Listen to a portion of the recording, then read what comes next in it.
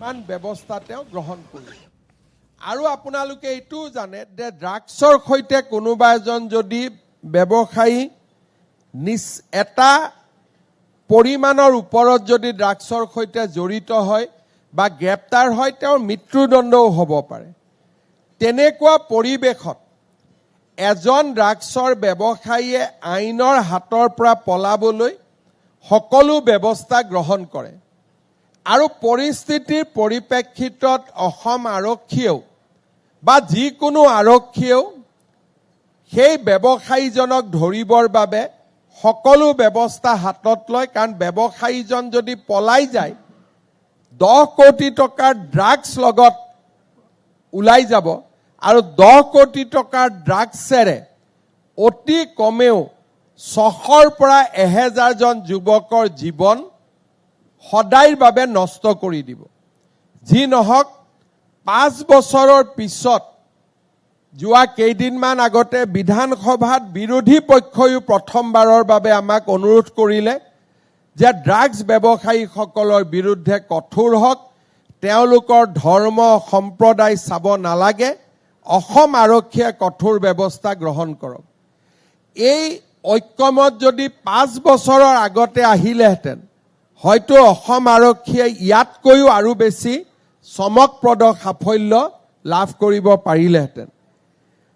আমি আগতে কোৱাৰ দৰে যোৱা 5 বছৰত আমি ৩,২২৭ কোটি টকাৰ ড্ৰাগছ আমি জব্দ কৰিছিলোঁ আমি আমাৰ অপৰাধীৰ বিৰুদ্ধে আমাৰ গোচৰ পঞ্জীভুক্ত যথেষ্টখিনি হ'বলৈ পাৰিছিলে আৰু যথেষ্ট গোচৰত আমি আদালতৰ ওচৰতো সফলতা লাভ কৰিবলৈ সক্ষম হৈছিলোঁ মই আজি আমাৰ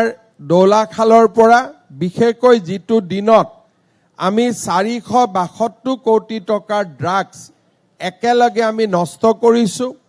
সেই দিনটোত মই অসম আৰক্ষীক আহ্বান জনাম যে ড্ৰাগছৰ বিৰুদ্ধে অত্যন্ত কঠোৰ ব্যৱস্থা হাতত ল'ব লাগে আইনৰ গণ্ডিৰ মাজত থাকি আমি অত্যন্ত কঠোৰতমভাৱে ড্ৰাগছ ব্যৱসায়ীসকলক নিয়ন্ত্ৰণ কৰিব লাগে আৰু আমাৰ অসমবাসীৰ ৰাইজক মই অনুৰোধ কৰিম যে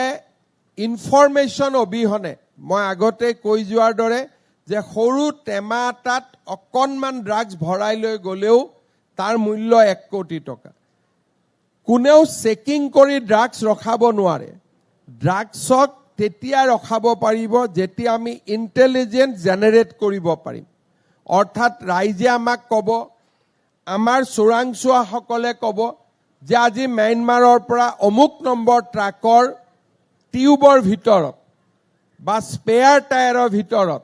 ইমান কেজি ড্ৰাগছ লৈ গৈ আছে ডেফিনেটলি ইনফৰমেশ্যন আমাৰ হাতত আহিব ইনফৰমেশ্যনক আমি মেচিউৰ কৰিম আৰু ব্যৱসায়ীসকলক আমি গ্ৰেপ্তাৰ কৰিম আৰু ট্ৰাকখন জব্দ কৰিব যাওঁতে প্ৰয়োজনত যদি ট্ৰাকখন পলাবলৈ চেষ্টা কৰে আমি টায়াৰত গুলি মাৰি হ'লেও ট্ৰাকখন ৰখাব লাগিব যাতে আমাৰ হাতৰ পৰা ট্ৰাকখন ওলাই নাযাব নোৱাৰে অৰ্থাৎ কঠোৰৰ পৰা কঠোৰতম ব্যৱস্থা আমি হাতত ল'ব লাগিব তাৰ কাৰণে আমি ইণ্টেলিজেন্স জেনেৰেট কৰিব লাগিব আমি টেকনলজিৰ ব্যৱহাৰ কৰিব লাগিব আৰু এজন ব্যক্তিক গ্ৰেপ্তাৰ কৰাৰ পিছত ফৰৱাৰ্ড এণ্ড বেকৱাৰ্ড লিংকেজ আমি এষ্টাব্লিছ কৰিব লাগিব যে আপুনি কাক ডেলিভাৰী দিব খুজিছিলে তেওঁ ক'ব যে মই পাঞ্জাবৰ অমুক জাগাত ডেলিভাৰী দিব খুজিছিলোঁ পাঞ্জাব পুলিচক আমি ইনফৰমেশ্যন দি সহায় কৰিব লাগিব আপোনাক ড্ৰাগছখিনি কোনে দিলে মোক মণিপুৰৰ অমুকে দিলে স্বাভাৱিকভাৱে আমি সেই খবৰ মণিপুৰত দিব লাগিব যাতে মণিপুৰে সেই ব্যক্তিজনক গ্ৰেপ্তাৰ কৰিব পাৰে আসাম ৰাইফলছক দিব লাগিব যে এইটো কোনটো সীমান্ত দি আহিছিলে ফৰৱাৰ্ড এণ্ড বেকৱাৰ্ড লিংকেজৰ ক্ষেত্ৰতো আমি যথেষ্ট কাম কৰিব লাগিব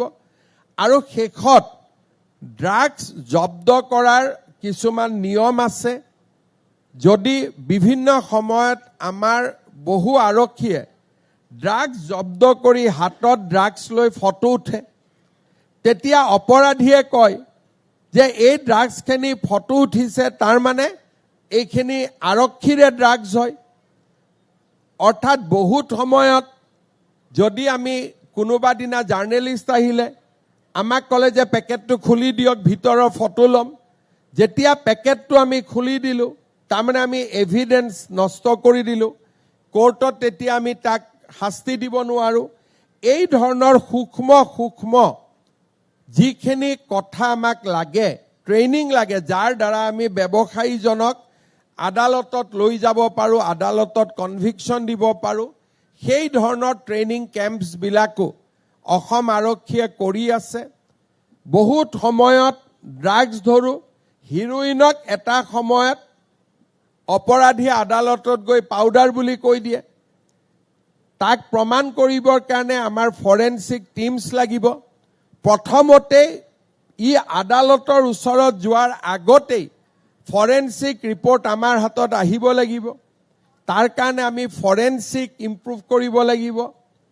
বাহিৰৰ ফৰেনচিক ডাঙৰ লেবৰ লগত আমাৰ কোঅৰ্ডিনেশ্যন থাকিব লাগিব। এই গোটেইবোৰ কাম বৰ্তমান অসম আৰক্ষীয়ে কৰি আছে। কেন্দ্ৰীয় গৃহমন্ত্ৰী অমিত শ্বাহ ডাঙৰীয়াই ড্ৰাগছৰ বিৰুদ্ধে কাম কৰিবলৈ আন্তঃৰাজ্যিক ইণ্টাৰ ষ্টেট কোঅৰ্ডিনেশ্যনৰ কাৰণে যথেষ্ট চেষ্টা কৰি আছে, যাতে